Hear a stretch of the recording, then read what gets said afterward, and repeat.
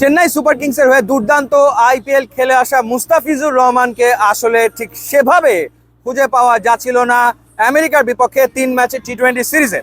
প্রথম যে ম্যাচটা মুস্তাফিজ খেললেন আমেরিকার বিপক্ষে, সেই ম্যাচে 2টো উইকেট তিনি নিলেন, কিন্তু তার বোলিং ঠিক আসলে ফিজের মতো হয়নি।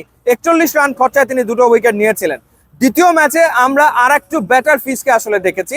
31 রান দিয়ে 2 উইকেট তিনি নিয়েছিলেন, কিন্তু কথা হলো যে প্রতিপক্ষ যখন আমেরিকা, তখন ফিজকে তো আরো দারুণ কিছু করে দেখাতে হবে, এবং সেই ফিজকে খুঁজে পাওয়া গেল তৃতীয় টি-20 ম্যাচে আমেরিকার বিপক্ষে। এবং একটা না, দুটো না, তিনটা না, ছয়টা উইকেট মুস্তাফিজুর রহমান নিয়ে ফেললেন আমেরিকার বিপক্ষে, এবং এটা হচ্ছে তার ক্যারিয়ার বেস্ট বোলিং পারফরমেন্স। এমন না যে মুস্তাফিজ এর আগে 5 উইকেট টি-20 ফরম্যাটে নেননি, এর আগে তিনি 5 উইকেট নিয়েছেন, সেটা আসলে একবার। সো এটা হচ্ছে মুস্তাফিজের সেকেন্ড ফাইফার। যদি আমি ভুল না করে থাকি, 22 রানে 5 উইকেট নিয়েছিলেন মুস্তাফিজ। এবার তিনি 6 উইকেট নিয়েছেন, এবং 6 উইকেট নিতে তিনি মাত্র রান দিয়েছেন 9।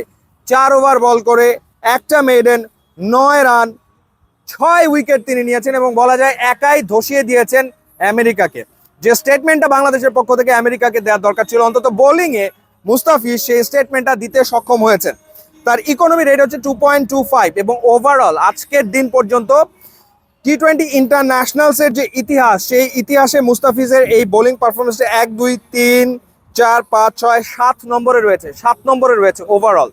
আর যদি টেস্ট প্লেয়িং নেশনের কথা বলি, তাহলে দীপক চাহার তিনি 7 রান দিয়ে 6 উইকেট নিয়েছিলেন, সেটা বাংলাদেশের বিপক্ষে।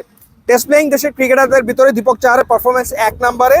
এবং অজান্তা মেন্ডিস তিনি 8 রান খরচায় 6 উইকেট নিয়েছিলেন জিম্বাবুয়ের বিপক্ষে।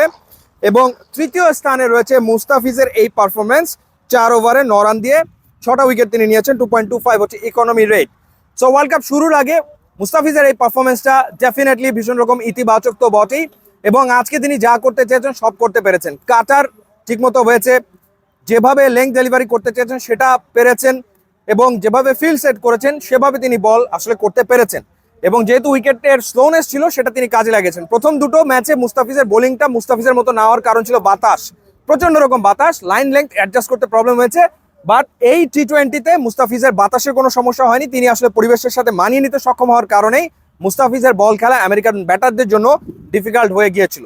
সো সুপার পারফরমেন্স মুস্তাফিজের। এবার আপনাদেরকে আরেকটু জানিয়ে রাখতে চাই যে স্বাস্থ্য সুরক্ষায় আপনার পাশে আছে KGN মেডিকেয়ার লিমিটেড। দ্রুত ও নির্ভুল স্বাস্থ্য পরীক্ষা এবং বিশেষজ্ঞ চিকিৎসক বৃন্দের মতামতের ভিত্তিতে আপনার স্বাস্থ্য সেবার দায়িত্ব নিচ্ছে KGN মেডিকেয়ার লিমিটেড। নিজের খেয়াল অবশ্যই রাখবেন। ইউটিউব এবং ইনস্টাগ্রাম লিঙ্ক কিন্তু আমার পেজে দেওয়া আছে, আপনারা যদি যোগ দেন তাহলে খুবই খুশি হব। And thanks for watching.